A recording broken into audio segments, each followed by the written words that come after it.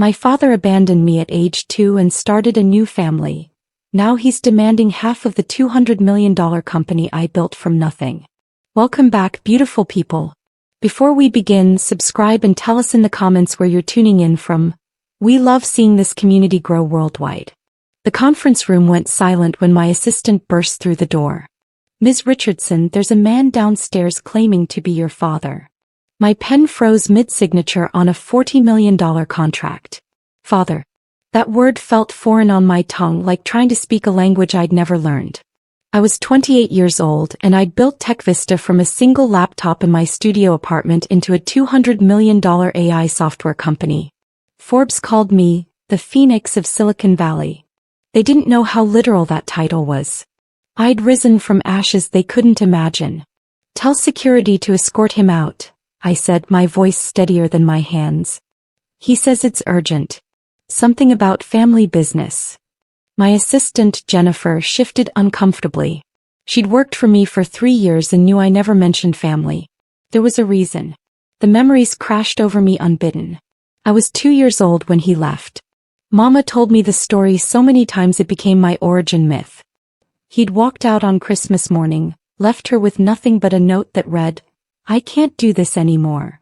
No explanation. No apology. Just gone. Mama worked 3 jobs to keep us afloat.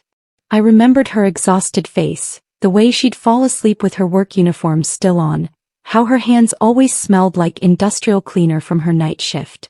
She died 5 years ago, right before TechVista's first major breakthrough. She never got to see me succeed.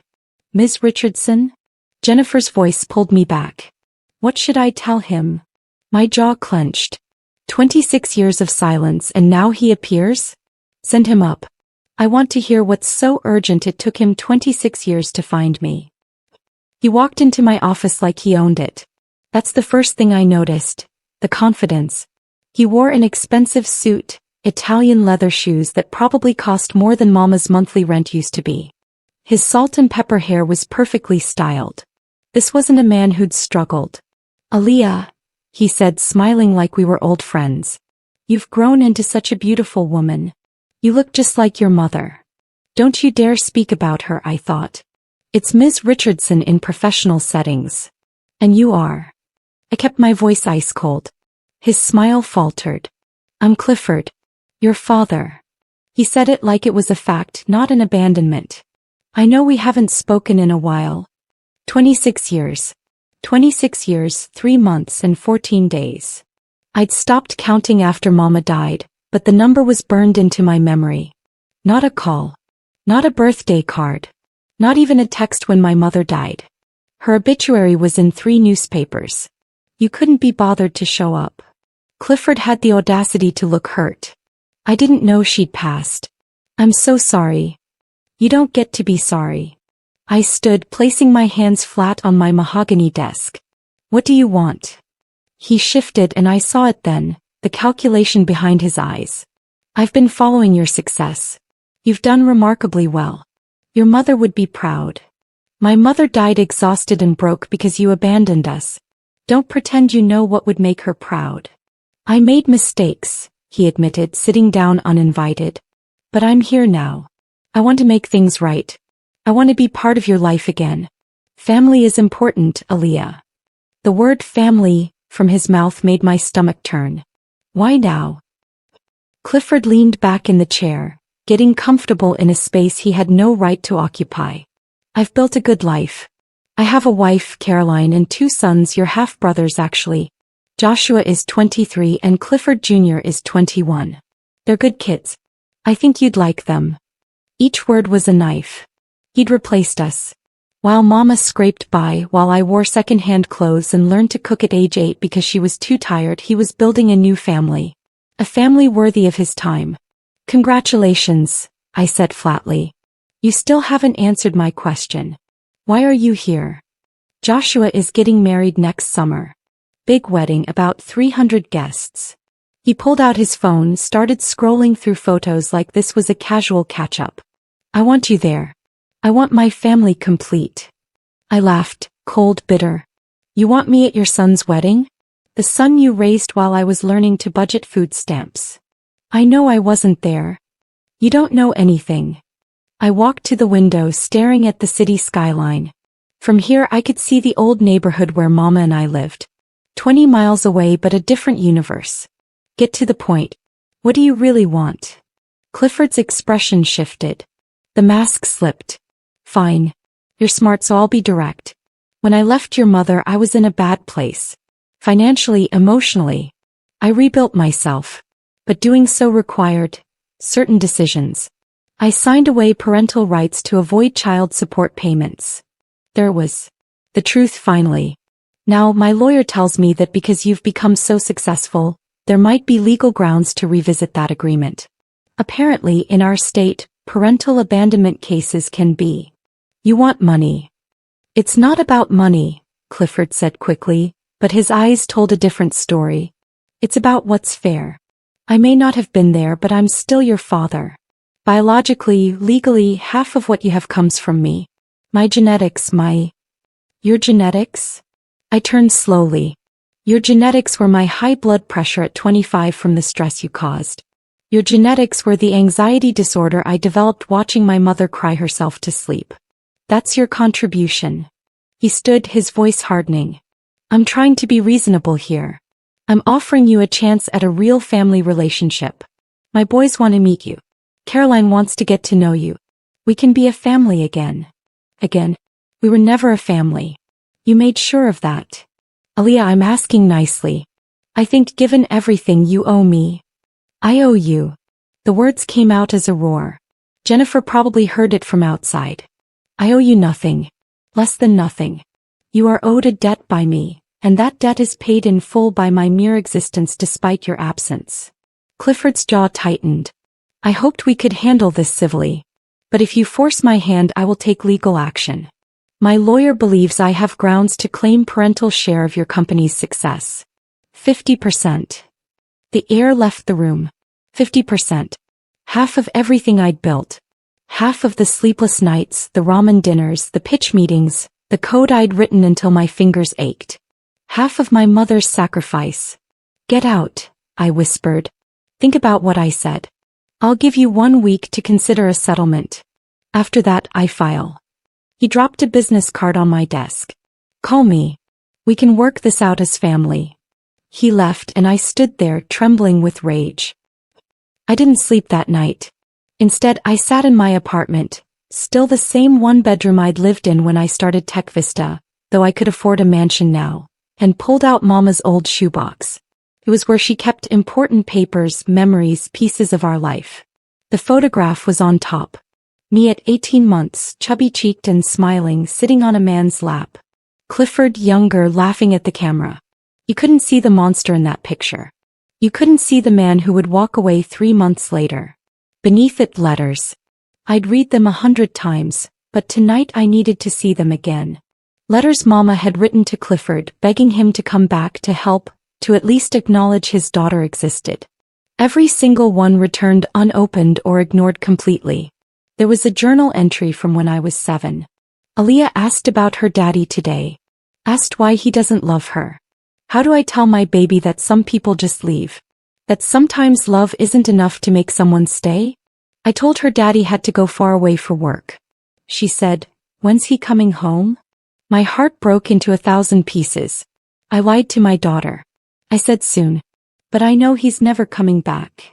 I wiped my eyes. Then I found the document I'd been looking for, the child support records. Or rather, the absence of them. Clifford had paid exactly 3 months of support before his lawyer filed to terminate his parental rights.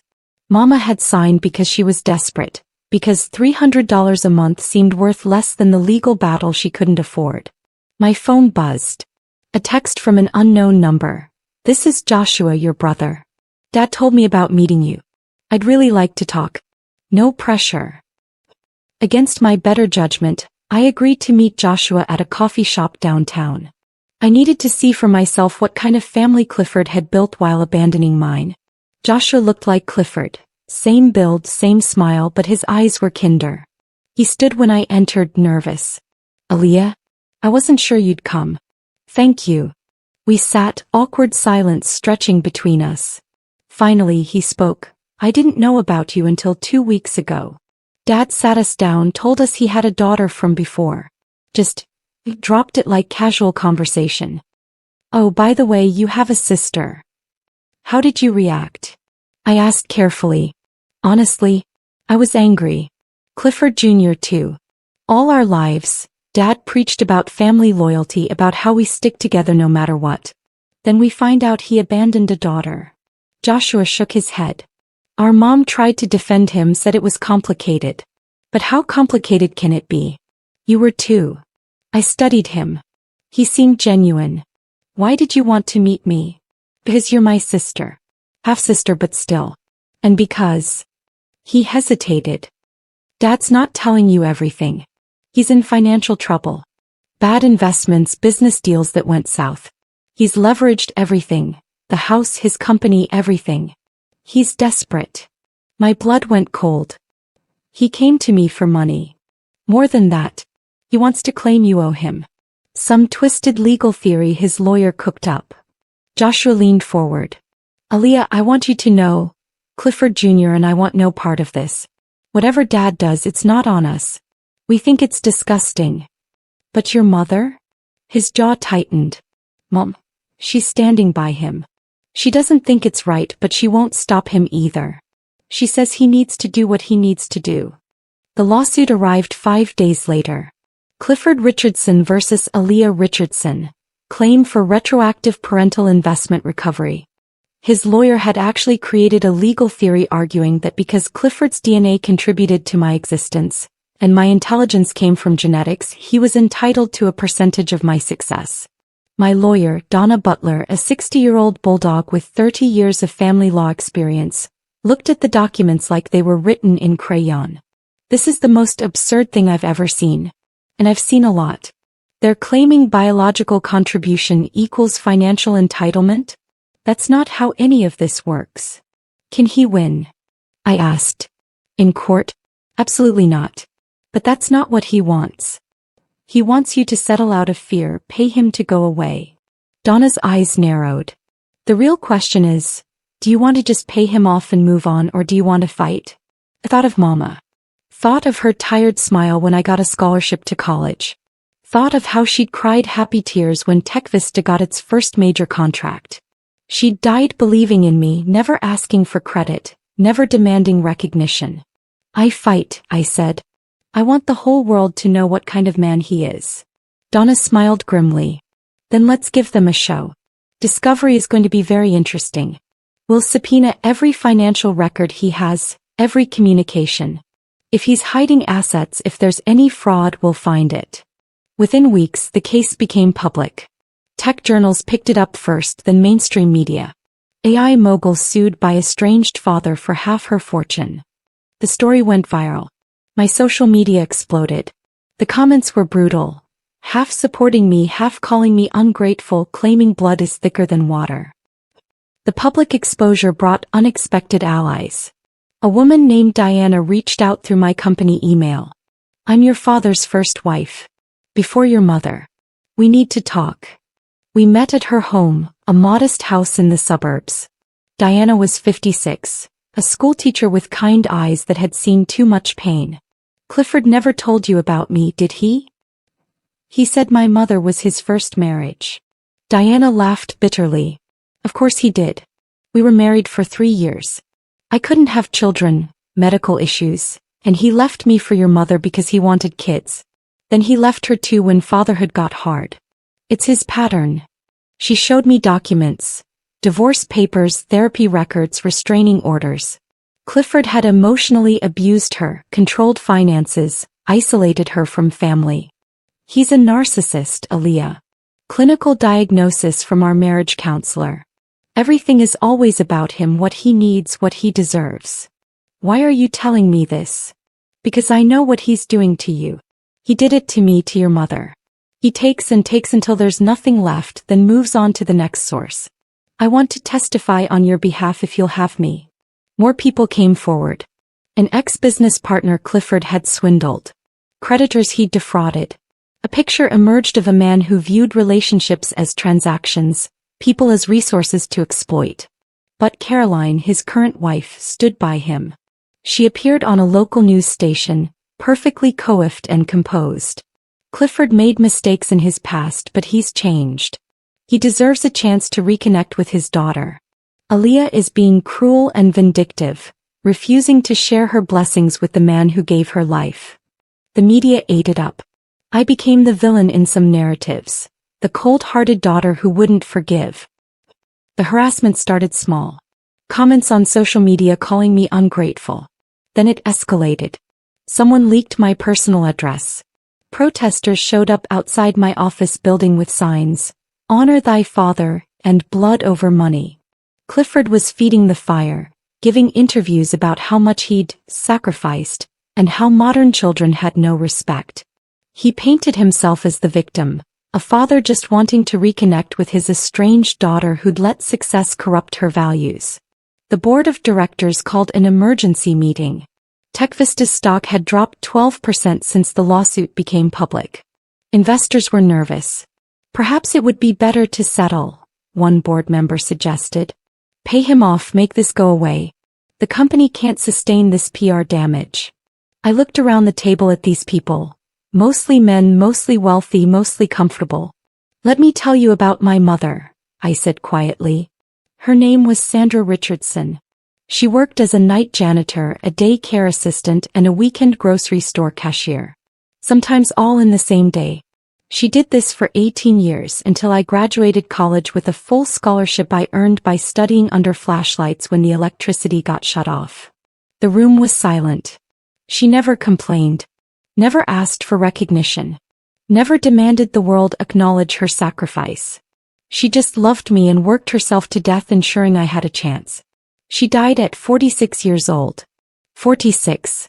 From exhaustion and stress and a body that had been pushed beyond its limits. I stood. That man downstairs with his protesters, with his lawyers, with his media campaign, he contributed nothing. Less than nothing. He made our lives harder by abandoning us. And now he wants half of what I built in her honor? Over my dead body. If this company crashes, we crash. But we don't negotiate with extortionists. The courtroom was packed. Media, supporters, protesters. Everyone wanted to see the showdown. Clifford sat with Caroline and his lawyer, looking appropriately sorrowful and fatherly. I sat with Donna, my hands folded, my face composed. The trial was brutal. Clifford's lawyer painted me as a successful woman who'd forgotten her roots, who refused to acknowledge that without her father's initial contribution, his genetic material, his decision to have a child, none of my success would exist. Then it was our turn. Donna was methodical, surgical. She presented every returned letter from my mother, every missed birthday, every unpaid medical bill. She brought in Diana, who testified about Clifford's pattern of abuse and abandonment. She showed financial records proving Clifford had plenty of money when he abandoned us. He'd simply chosen to start fresh rather than support his existing family. But the moment that changed everything was when Donna called Joshua to the stand. Clifford went pale. Joshua's voice was steady. "My father told me and my brother that he was young and unprepared when he had Aaliyah. He said he made a mistake leaving, but he was overwhelmed. That's what he told us our entire lives." "And did you discover something different?" Donna asked. "Yes. When this lawsuit started, I did my own investigation. My father wasn't young and overwhelmed. He was 32, same age as I am now. He'd had a previous marriage. He knew exactly what he was doing. He abandoned Aaliyah and her mother because he'd met my mother, who came from money. He traded up." The courtroom erupted. The judge gavelled for order. Clifford was shouting at Joshua, calling him a traitor. Caroline was crying. It was chaos. But Joshua wasn't done. "I also discovered that my father has been hiding assets through shell companies, preparing for if this lawsuit failed. He never intended to reconcile. He just wanted money." The judge didn't even take a full day to deliberate. In all my years on the bench, I've never seen a case quite this egregious. "Mr. Richardson, your claim is not just without merit. It's morally reprehensible. Case dismissed. Furthermore, I'm sanctioning you and your attorney for filing a frivolous lawsuit with malicious intent.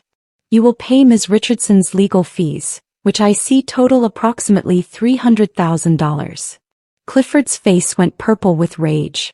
As we left the courtroom, he cornered me in the hallway. Security was there, but he got close enough to hiss in my ear, "This isn't over. You've turned my own son against me. You've destroyed my family. I'll make sure you regret this." "Your family destroyed itself," I replied calmly. "You destroyed it the day you chose yourself over everyone else." The media frenzy that followed was overwhelming. Public opinion had shifted dramatically after Joshua's testimony. I went from villain to victim to hero in the span of a day. Think pieces appeared everywhere. The American dream's dark side. When family becomes predatory. My TechVista stock rebounded, climbing higher than ever. But the victory felt hollow. Joshua and Clifford Jr. reached out, wanting to build a relationship with me separate from their father. I agreed to coffee slowly. They were good men, better than they had any right to be given their father. Caroline divorced Clifford 3 months after the trial. The financial investigation revealed he'd been embezzling from his own company, forging her signature on loans. She lost everything too. She never apologized to me. Clifford disappeared for a while. His business collapsed. His reputation was ruined. I should have felt satisfied. Instead, I just felt tired. Then 6 months after the trial, I got a call that changed everything again. "Ms. Richardson, this is Mercy General Hospital. Your father, Clifford Richardson, has been admitted. He's had a severe stroke. He's asking for you." I stood in my office, phone in hand, frozen. After everything, he was asking for me? Donna's voice echoed in my head from our last meeting. "You won, Aaliyah. You don't owe him anything. Not even a goodbye." But I went. I don't know why. Maybe because Mama would have wanted me to be better than him. Maybe because I needed to see if any part of him was capable of remorse. He looked small in the hospital bed, half his face drooping from the stroke. Joshua and Clifford Jr. were there, and they looked relieved when I arrived. "He won't talk to the doctors unless you come," Joshua explained. "Says he needs to tell you something." I approached the bed. Clifford's good eye focused on me, and he gestured weakly for his sons to leave. When we were alone, I expected an apology. Some deathbed confession of regret. Instead, he whispered, "The company. I still have shares. From when you first started. I invested. Through a shell corporation. Anonymously. He never knew. I own 23% of TechVista. My lawyer has the documents." My blood turned to ice. "What?" "I was always there. Watching. Waiting. When you needed seed money. 8 years ago. I provided it. Made sure. You succeeded. So I could collect later." His mouth twisted into something resembling a smile. "You never escaped me." I staggered back. 8 years ago, when TechVista was struggling, we'd gotten an anonymous angel investor who'd provided crucial funding. $500,000 that had saved the company. I'd never known who it was. The paperwork went through a venture capital firm's shell company. It was him. It had always been him. Every success I'd built, he'd been lurking in the shadows, waiting to collect. Donna confirmed it within 48 hours. The shell corporation, the hidden shares. All legal, all documented. Clifford had been smart, patient. He'd let me build TechVista into an empire, then positioned himself to claim a piece worth $46 million based on current valuation. "But there's something else," Donna said, her voice grave. "The investment came with a clause. If he dies, the shares transfer to his designated heir. He's had his lawyer update the paperwork. Care to guess who he named?" "Caroline," I asked, already knowing the answer was worse. "He's leaving the shares to you. In his will, there's a letter explaining that this was always his plan. To force you to accept something from him, to make you acknowledge his role in your success. He's trapped you. If you refuse the inheritance, the shares go to his creditors, who will sell to the highest bidder. You could lose control of your own company." The cruelty of it took my breath away. Even in death, he'd found a way to insert himself into my life, to make himself undeniable. Clifford died 2 weeks later. At the funeral, attended by almost no one, I stood over his casket and felt nothing but emptiness. No closure, no peace. just the hollow echo of a lifetime of manipulation. I kept the shares. Not because I wanted them, but because TechVista was bigger than my pain. The employees, the innovations we were bringing to the world, they mattered more than my pride. But I did something Clifford never expected. I created the Sandra Richardson Foundation with the $46 million those shares were worth. Every penny. The foundation supports single mothers pursuing education and entrepreneurship. Hundreds of women every year receive funding, mentorship, and support. Everything Clifford's money represented, abandonment, greed, cruelty, I transformed into hope. At the foundation's opening, I spoke to a room full of women who reminded me of Mama. We are not defined by what was done to us, but by what we choose to do despite it. Someone once told me that family is the most important thing. They were wrong. How you treat your family is the most important thing. And sometimes the family we choose, the community we build, matters more than the blood we share. Joshua and Clifford Jr. were there helping to serve food, to set up chairs. They'd become real brothers to me, bonded by shared trauma and the decision to be better than the man who'd raised them. They'd changed their last names, wanted no association with Clifford Richardson. I still run TechVista. We're valued at over $300 million now. Forbes still calls me the Phoenix. But I know the truth. I'm not a phoenix rising from ashes. I'm my mother's daughter, built from her love and sacrifice, carrying forward her legacy of resilience. Some nights I still pull out that old photograph of me at 18 months, sitting on Clifford's lap. But I don't see him anymore. I see a cautionary tale.